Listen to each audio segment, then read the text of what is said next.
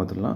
আজকে আমরা আমাদের ফার্মেসি ম্যানেজমেন্ট সফটওয়্যারের ঔষধালয় মোবাইল অ্যাপ কীভাবে ইউজ করবো সেটার ইউজার গাইডলাইনটা দেখব।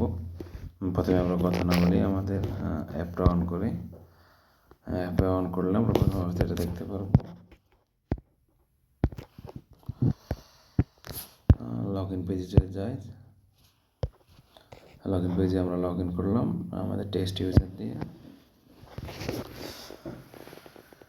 লগ ইন করার পরে আমরা যেটা দেখতে পারবো একটা ড্যাশবোর্ড বা আমাদের হোম পেজে আমরা যেটা দেখতে টুডেজ সেলটা দেখতে পারবো, টুডেজ ভার্সেস টোটাল টুডেজ প্রফিটটা দেখতে পারবো।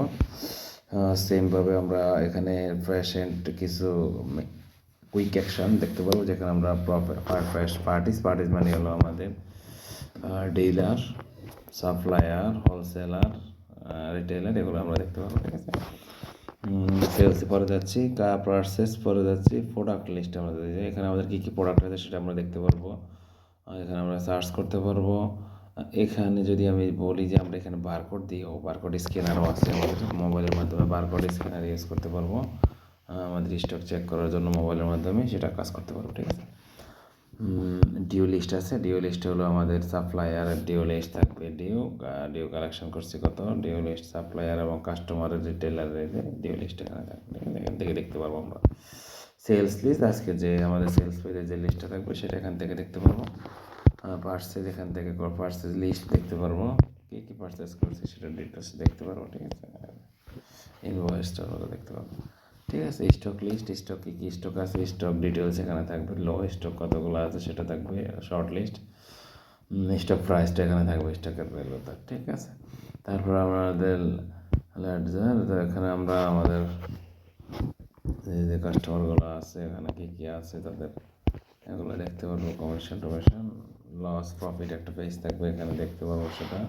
এক্সপায়ার প্রোডাক্টগুলোর লিস্ট এখানে থাকবে, কোনোটা আছে কিনা এক্সপায়ার প্রোডাক্ট।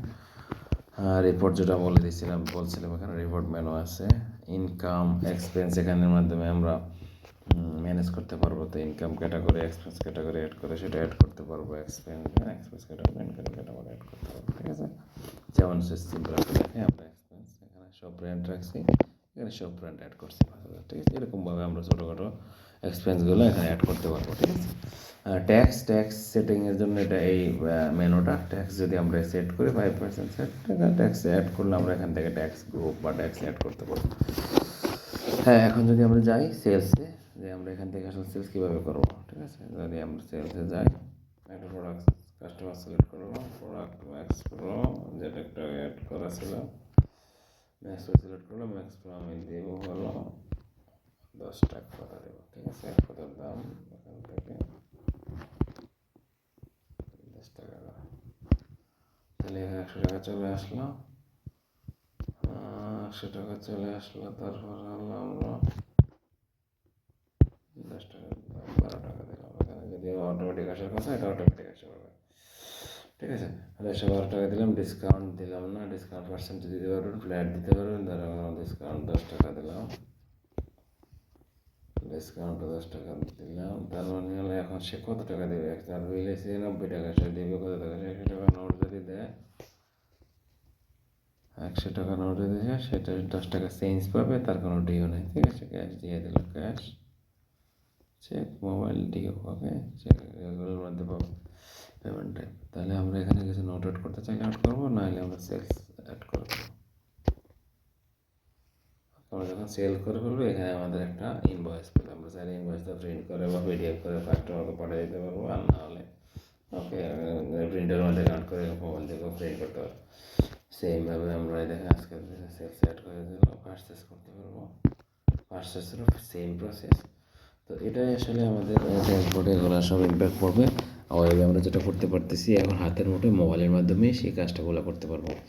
ঠিক আছে, এখন প্রোডাক্ট অ্যাড করতে গেলে আমরা বারকোড দিয়ে প্রোডাক্ট অ্যাড করতে পারবো, কিউআর কোড সবগুলোর মাধ্যমে প্রোডাক্টের ডিটেলস আমরা অ্যাড করতে পারবো।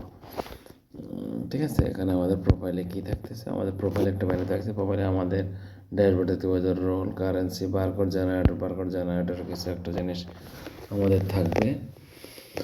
তো এই হলো ওভারঅল আর কি আমাদের ফার্মেসি ম্যানেজমেন্ট সফটওয়্যার মোবাইল অ্যাপের ইউজার ইন্টারফেস এবং ইউজার গাইডলাইন আশা করি বুঝতে পারছেন। যদি কেউ কোনো অসুবিধা বোধ করেন বা বুঝতে কোনো অসুবিধা আর ফার্দার কোনো প্রশ্ন থাকলে অবশ্যই আমাদের সাথে যোগাযোগ করবেন। ধন্যবাদ। আসসালামু আলাইকুম রহমতুল্লাহি ওয়া বারাকাতুহু।